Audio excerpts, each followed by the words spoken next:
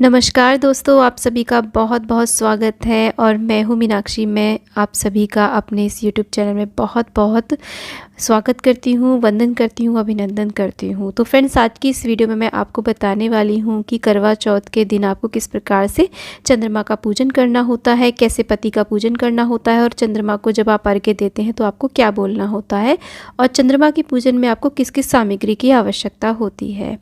तो देखिए, शाम को जब चंद्रमा उदय हो जाते हैं उसके बाद में हमें एक थाली सजानी होती है। उस थाली के अंदर जो करवा आपने जल का भर के रखा था उसे आप रख लीजिए और एक चहुमुखी दीपक, अगर आपके यहाँ पर सिंगल बाती का दीपक लगता हो तो वो बना सकते हैं। साथ में एक हम धूप बत्ती रख लेंगे, पुष्प रख लेंगे, अक्षत रख लेंगे और तिलक करने के लिए चंद्रमा को और पति को आप यहाँ पर रोली रख लीजिए और एक छलनी रख लेंगे जिससे हम चंद्रमा को अर्घ्य देंगे।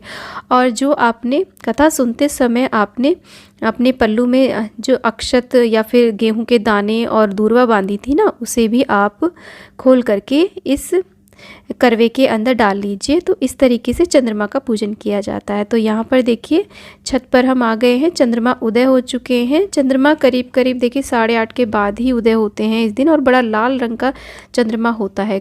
करवा चौथ का जो चांद होता है एकदम रेड जैसे कलर का होता है। तो देखिए, इस तरीके से हम भावात्मक रूप से चंद्रमा का पूजन करेंगे। ओम चंद्रमसे नमः, इस तरीके से आप मंत्र बोल सकते हैं। चंद्रमा का देखिए हमने इस तरीके से टीका किया है, अक्षत आदि अर्पित करे हैं और पुष्प अर्पित करे हैं। आप चाहे तो इससे पहले भी अर्घ्य दे सकते हैं या फिर बाद में भी अर्घ्य दे सकते हैं। मन ही मन ध्यान करेंगे। चंद्रमा को अर्घ्य देते समय हमें कुछ बोल बोलने चाहिए जो बहुत ही शुभ रहते हैं।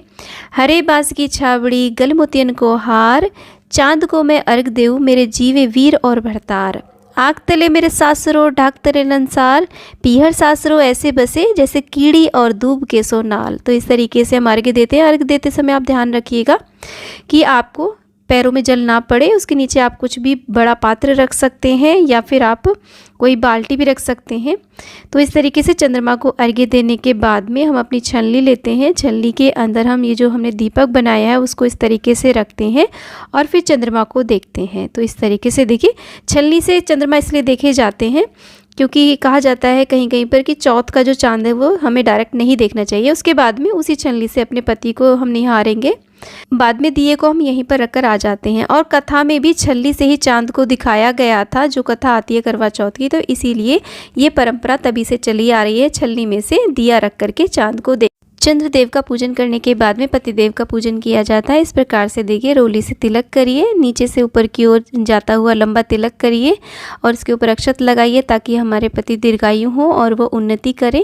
और उसके बाद में पति के चरण छू करके आप उनसे आशीर्वाद प्राप्त करिए। और करवे के अंदर आप थोड़ा सा जल बचा लीजिए जब आप चंद्रमा को अर्घ्य देते हैं। आप चाहे तो अलग से ग्लास में भी जल रख सकते हैं, लेकिन हमारे यहाँ पे ऐसे ही जल बचाया जाता है। थोड़ा सा, चाहे एक घूंट ही बचाएं। उसके बाद में उसे पति के हाथ से इस तरीके से पी करके अपने व्रत को खोला जाता है। तो अगर आपके पति यहाँ पर नहीं है, किसी कारण से बाहर गए हुए हैं करवा चौथ वाले दिन, तो आप स्वयं अकेले से भी इस पूजा विधि को कर सकते हैं। आप उनकी फोटो रख करके भी इस पूजन को कर सकते हैं, लेकिन आजकल तो इंटरनेट का जमाना है तो आप ऑनलाइन उनसे वीडियो कॉलिंग करके भी आप इस पूजन को संपूर्ण कर सकते हैं।